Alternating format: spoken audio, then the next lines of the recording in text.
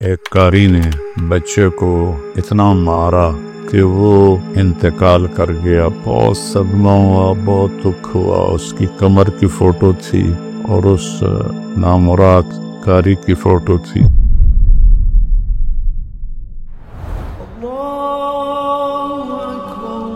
یکم جولائی 2014 مجھے یہ دن اچھی طرح یاد ہے۔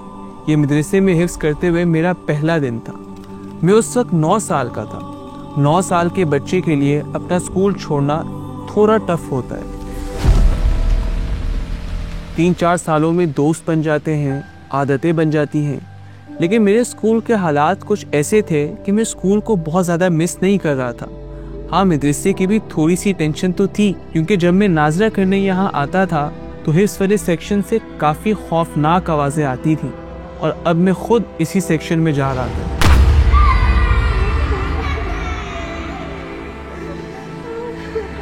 جس ایج گروپ میں ہوں، ملینیلز کا ہمارا دور تھا، تو اس ٹائم پہ تو آئی تھنک بہت ہی ایسا سوچ بھی نہیں سکتے کہ ہم مار کٹائی کے بغیر کوئی مدرسہ ہو۔ میں نے سعودی عرب میں حفظ کیا، اس کے باوجود جو مدرسے کا ماحول تھا وہ کچھ زیادہ مختلف نہیں تھا۔ بچوں کو مارنا، دیر سے آنے پہ مارنا، یہ ساری سزائیں بالکل معمول تھیں۔ اس میں ایک چھوٹا بچہ تھا، تو وہ جب قاری صاحب کو زیادہ غصہ آتا تھا تو اس کے ساتھ جو WWF ہوتا تھا باقاعدہ، وہ ہم سب کی نظروں کے سامنے ہوتا تھا کہ اس کو اٹھا کے بھی پھینک رہے ہیں، اس کو ٹھنڈے بھی مار رہے ہیں، اس کو ڈنڈے سے بھی مار رہے ہیں۔ آج جو کہانی میں آپ کو سناؤں گا وہ صرف میری نہیں، بلکہ پاکستان کے مدرسوں میں پڑھنے والے لاکھوں بچوں کی کہانی ہے۔ سوات میں فرحان کے ساتھ جو ہوا وہ صرف اس لیے خبروں میں آیا ہے کیونکہ وہ بیچارہ جان سے چلا گیا، لیکن یقین کیجئے کہ روزانہ ہزاروں لاکھوں بچے ان مدرسوں میں جاتے تو اپنے سینوں کو قرآن سے روشن کرنے کے لیے ہیں، مگر جب واپس آتے ہیں تو ان کے جسم استادوں کے ڈنڈوں سے نیلے ہو چکے ہوتے ہیں۔ مجھے پتہ ہے ہمارے اوپر اس بارے میں اکثر مجھ پہ ذاتی طور پہ بھی اور ہمارے پلیٹ فارم کے اوپر بھی کافی لوگ غصہ ہو جاتے ہیں، لیکن یار دیکھو، ہمیں ووٹس نہیں لینے، ہمیں سچ بولنا ہے، خدا کا واسطہ سچ بولیں۔ 80 to 90% مدارس کے اندر یہی ہوتا ہے، یہی نارمل ہے۔ اگر ایسا نہیں ہے تو آپ جو سزا دیں ہم لینے کے لیے تیار ہیں۔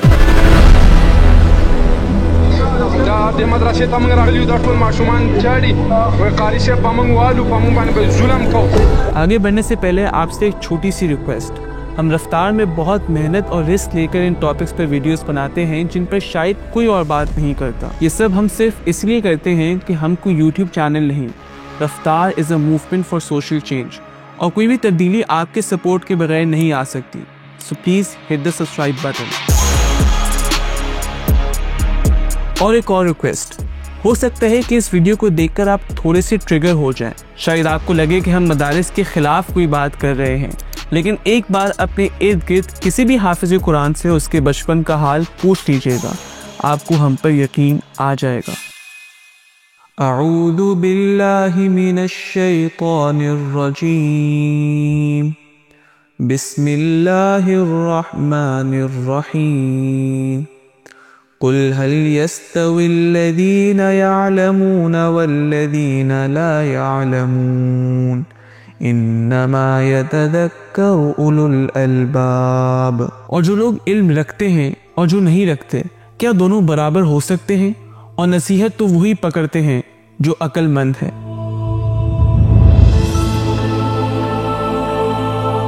اسلام دین فطرت ہے اور قرآن اس دین کی کتاب۔ دنیا کا ہر مسلمان کیا، ہر انسان ہی اللہ کے اس کلام کی طرف کھچا چلا آتا ہے۔ یہ قرآن ہی کا معجزہ ہے کہ دنیا بھر میں لاکھوں لوگ ایک بھی لفظ سمجھے بغیر خالص اللہ کی محبت میں اس کو پورا کا پورا یاد کر لیتے ہیں۔ قرآن کو یاد کرنے کے اس عمل کو ہم حفظ کرنا کہتے ہیں۔ وفاق المدارس کے مطابق پاکستان میں ہر سال 70 سے 80 ہزار بچے بچیاں حفظ مکمل کرتے ہیں۔ عام طور پر حفظ کا کورس کمپلیٹ کرنے میں 3 سال لگ جاتے ہیں، لیکن کبھی کبھی اس سے جلدی یا دیر بھی ہو جاتی ہے۔ مجھ سے لوگ پوچھتے ہیں کہ قاری بچوں کو مار سکتا ہے؟ میں جواب میں کہتا ہوں اس زمانے میں مارنا تو دور کی بات، کسی قاری کو، استاذ کو ہاتھ لگانے کی اجازت نہیں ہے. ہاتھ لگانے آپ نے ایک تھپڑ کی اجازت دے دی، وہ 2 4 10 کوٹتا ہے، وہ اپنی ٹھڑک ہاتھ پاؤں ٹوٹتے ہوئے دیکھے میں نے قاریوں کے ہاتھوں بچوں کے. وہ بچہ بڑا خوش تھا تو اس کو ایک ہی جگہ نا خالی دکھی، وہ استاد کی جانماز والی، تو وہ تیزی سے بھاگتا ہوا اپنی کلاس کی طرف جانے لگا. لیکن جب وہ گیٹ تک پہنچا تو ایک اتنی زور سے پہلے والے استاد کی آواز آئی کہ ادھر یہ کیا تم نے، یہ کیا بے ادبی کیا تم نے. اور اس آواز کے بعد بغیر بچے کو بتائے کہ اس نے کیا ہے اور اس سے پوچھے کہ اس نے کیوں کیا ہے، وہ استاد بچے کو مارنے لگے. اور صرف مارنے نہیں، مطلب ہم لوگ کہہ سکتے ہیں کہ تشدد کرنے لگے، اور شدید ترین تشدد کرنے لگے. بقول ان استاد کے سب سے بڑا گناہ یہ کیا تھا کہ وہ استاد کی جگہ پر اس نے قدم رکھ دی، یعنی کہ جو جانماز استاد کے لیے بچھائی گئی تھی جہاں پر استاد بیٹھتے تھے، تو اس سال کی سب سے بڑی بے ادبی یہ ہوئی تھی کہ اس بچے نے وہ اس استاد کی جگہ پہ وہ بھاگ کے چلا گیا. جنہوں نے مجھے حفظ کرانا شروع کیا تھا ان کی بات میں نہیں کر رہا، وہ کہیں گئے ہوئے تھے تو ان کے اس پیریڈ کے ٹائم میں ایک اور کوئی قاری صاحب آئے تھے، تو میں تھوڑا ڈر رہا تھا ان کے سامنے، تو میں نے کچھ غلط پڑھ دیا تھا یا کچھ کر دیا تھا، تو انہوں نے مجھے آج بھی یاد ہے ایک بلو کلر کا پائپ تھا، اور وہ انہوں نے یہ بھی نہیں دیکھا کہ میں اگر مار رہا ہوں تو میں ٹانگ پہ مار رہا ہوں یا ہاتھ پہ مار رہا ہوں،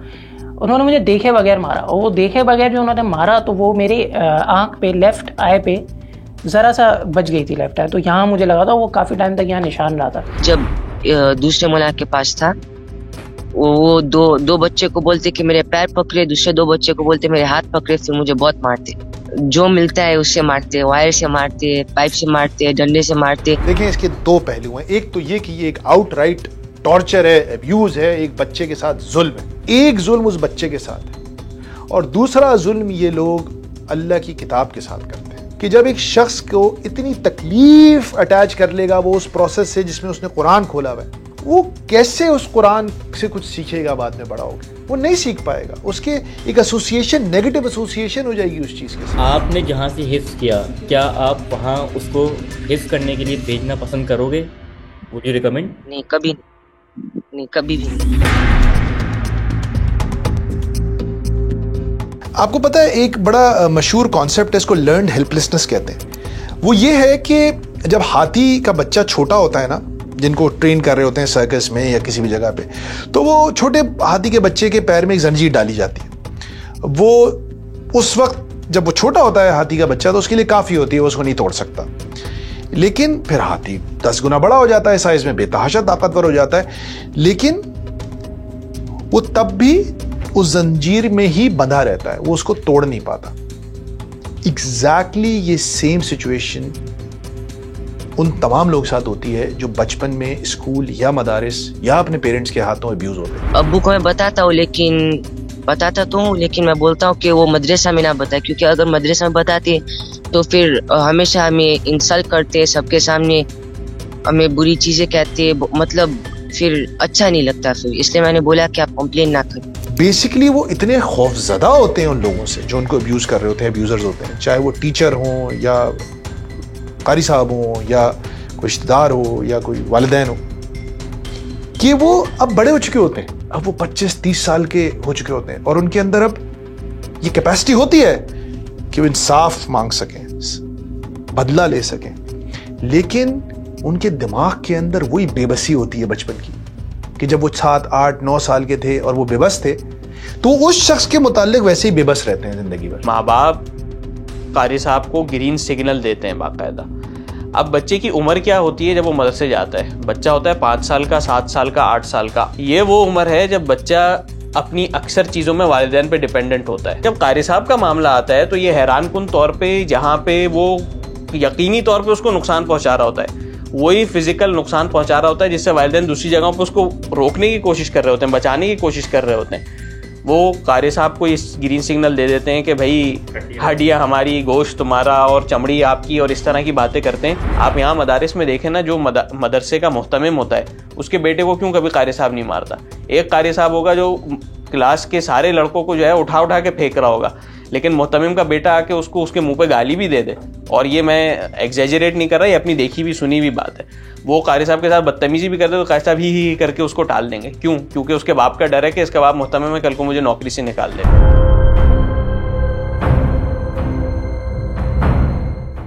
لیکن اس کی ایک اور وجہ بھی ہے جو میرے خیال سے جس پہ کوئی بات نہیں کرتا. وہ وجہ یہ ہے کہ یہ جتنے بھی مدارس کے اساتذہ ہوتے ہیں, ہمیں اور آپ کو اندازہ نہیں ہے کہ ان کی تنخواہیں اور لائف سٹینڈرڈز کتنے کم ہوتے ہیں. ویسے تو پرائیویٹ سکولز کے اندر بھی ٹیچرز کو بہت کم تنخواہیں ملتی ہیں, ہمارے یہاں ایک بہت بڑا ایشو ہے, لیکن مدارس کے اندر تو یہ 10 ٹائم زیادہ خطرناک ہے. 25 سال ایک مسجد میں گزارا, پورے 25 سال. وہاں میں 1200 کی وظیفے پر لگا, اور 25 سال کے عرصے میں میری تنخواہ وہاں پر ہوئی 7,500 روپے. اب ایک شادی شدہ آدمی ہے جس کے 3-4 بچے ہیں اور اس کی یہ 8,000-10,000 کی تنخواہ ہے, وہ کیا کرے گا؟ تو اس کو ایک فرسٹریشن ہوتی ہے, اس کے اندر ایک بٹرنس ہوتی ہے, اس کے اندر غصہ ہوتا ہے. کہاں نکالوں غصہ؟ بچوں پہ نکالتا ہے. اور یہ مسئلہ صرف مدارس تک محدود نہیں ہے. جیسے میں نے کہا نا, ہمارا سوسائٹل پرابلم ہے. ہر کوئی جو پوزیشن آف پاور بیٹھا ہوا ہے اپنے نیچے والوں کو پھیٹا لگاتا ہے, ظلم کرنا چاہتا ہے, کیونکہ ہمارے یہاں ٹاپ سے یہی ہو رہا ہے. ہم اپنے ملک میں یہی چیز دیکھ رہے ہیں. تو مدارس میں تو یہ ہوتا ہی ہے, اور بہت حد تک سکولز میں بھی اسی طرح کے ٹارچر سے بچوں کو گزرنا پڑتا ہے. کراچی میں نجی اسکول انتظامیہ نے بچے کے سامنے باپ کو پیٹ ڈالا. تشدد کا واقعہ گزشتہ روز پیش آیا. مبینہ طور پر فیس ادا نہ کرنے پر تشدد کر کے اسکول سے باہر نکال دیا.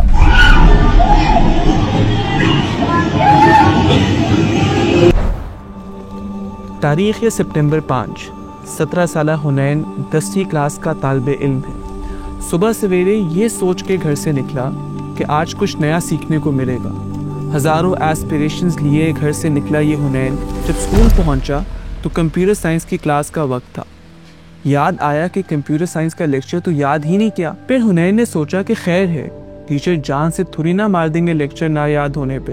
لیکن اس کا یہ خیال اپنے درندے استاد کامران سے متعلق غلط تھا. جب حنین کی باری آئی تو کامران آپے سے باہر ہو گیا, بال کھینچے, گلا دبایا اور دیوار پر پٹخا.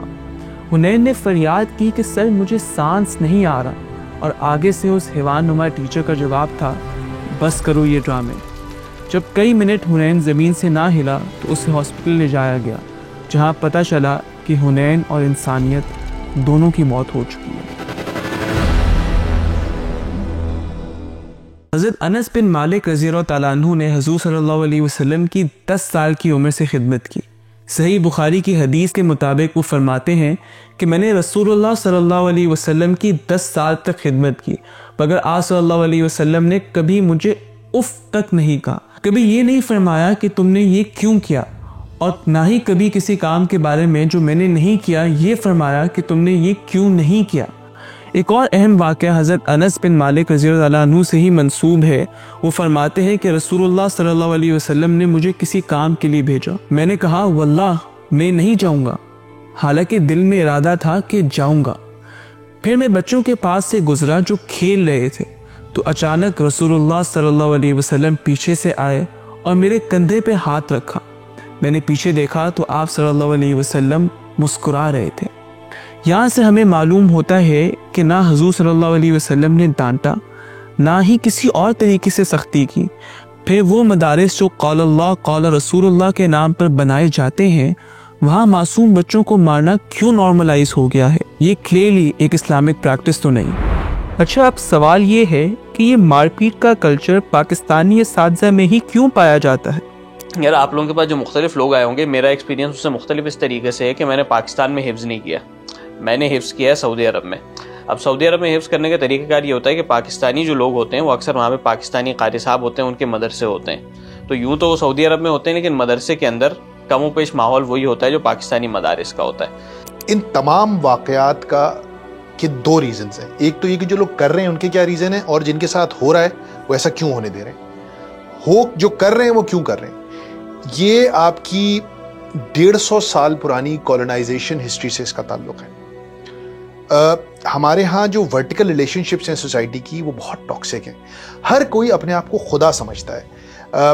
تو گوروں نے ہمارے معاشرے کے مردوں کے ساتھ برا استحصال کیا. ان مردوں نے بچوں اور عورتوں پہ استحصال کیا, عورتوں نے بچوں پہ استحصال کیا, اور یہ ایک وشس سائیکل میں ہم پھنس گئے. آنیسٹلی اسپیکنگ اس کو یہ اندازہ ہی نہیں ہوتا کہ اس میں کوئی پرابلم ہے. وہ کہتا ہے یہ تو ٹھیک ہے, ایسا ہی ہوتا ہے, میں بھی تو پٹا تھا, میرے ابا بھی پٹے تھے, اس کے ابا بھی پٹے تھے, سو اٹس اوکے.